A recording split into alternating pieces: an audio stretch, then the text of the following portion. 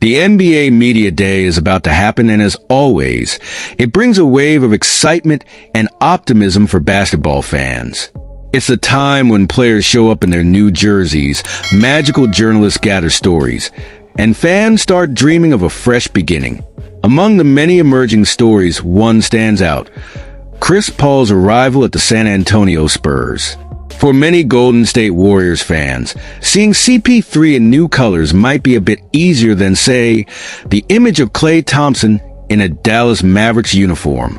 After all, Paul's stint with the Warriors was brief, lasting only one season. What did you think of Chris Paul's short stay in Golden State? Could he have had the potential to become a fan favorite if he had stayed longer? Unlike Klay, Chris Paul has a rich and evolving NBA history. He's played for several teams, including a long and notable run with the Houston Rockets. For fans, watching CP3 on a new team might not be as painful, since his career has already been widely established. However, there's a bittersweet feeling seeing him continue to chase his long-awaited NBA title. What do you think? Could this move to San Antonio be the key to him finally achieving that goal? Paul's ability to elevate his teammates' performance is well recognized. His court vision, passing ability, and leadership are qualities that can strengthen any roster. Now, with the Spurs in mind, will he be able to bring that magic and help guide a young, promising team while continuing his long pursuit of a coveted championship? Do you think he will succeed in this new endeavor?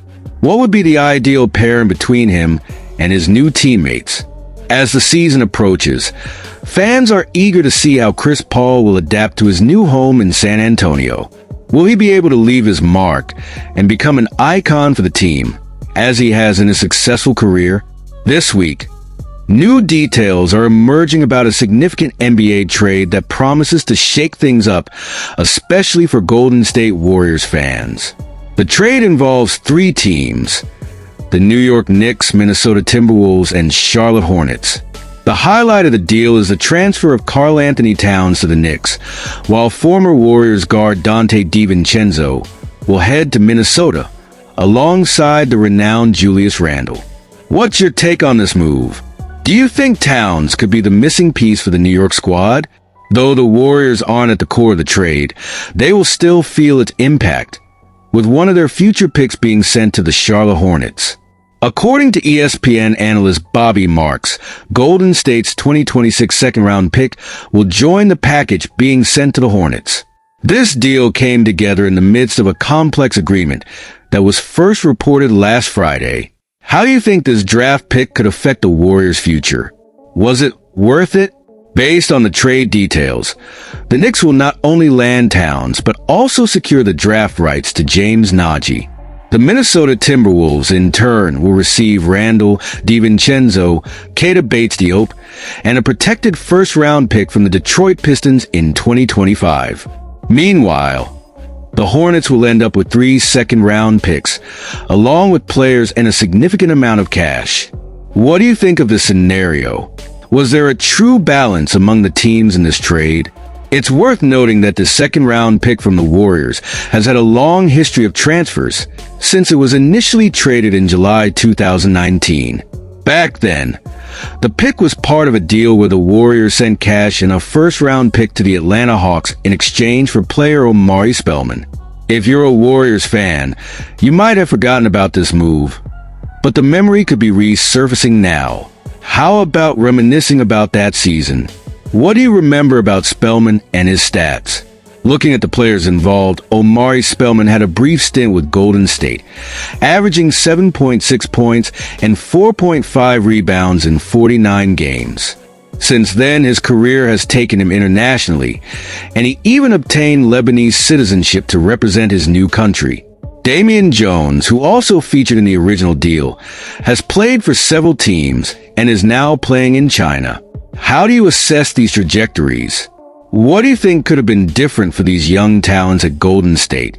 This well-crafted trade shows how the NBA is constantly in motion and how draft picks can hold tremendous value, even years after they've been made. And as the 2026 pick continues its journey, the Warriors are gearing up for new draft opportunities, after acquiring another pick in the trade involving James Wiseman and Gary Payton too. What do you expect from the Warriors' future? Are they ready to compete for the title again? So, folks, we're getting closer to an exciting moment in the NBA. Media Day. This time of year always brings a wave of excitement, doesn't it? Seeing the players in their new jerseys, the stories emerging, and fans dreaming of a fresh start is contagious.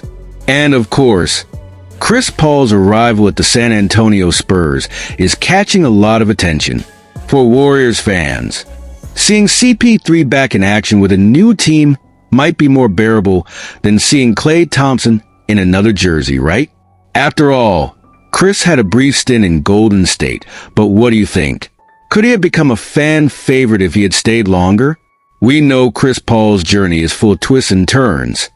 He's been with multiple teams like the Rockets, and now he's chasing that elusive title. Could San Antonio be the right place for that? His ability to elevate his teammates' performance is undeniable. I'm curious to see how he'll fit into this young, promising team. And what would be the ideal combinations with his new teammates? Plus, we can't forget about the trade that shook up the league. Karl-Anthony Towns heading to the Knicks and Donte DiVincenzo joining the Timberwolves. Do you think Towns is the missing piece in New York?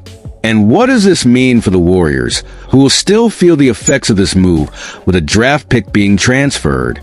The trade is complex and packed with details, and it's fascinating to see how draft picks can hold significant weight, even years later. And how about Omari Spellman and Damian Jones? What paths have they taken since their time at Golden State? What could have been different? I'm excited about what's ahead. And you, what do you expect for the Warriors' future? Are they ready to compete for the title again? I'd love to hear your thoughts. Drop your comments, share your ideas, and don't forget to like the video and subscribe to the channel to stay updated on everything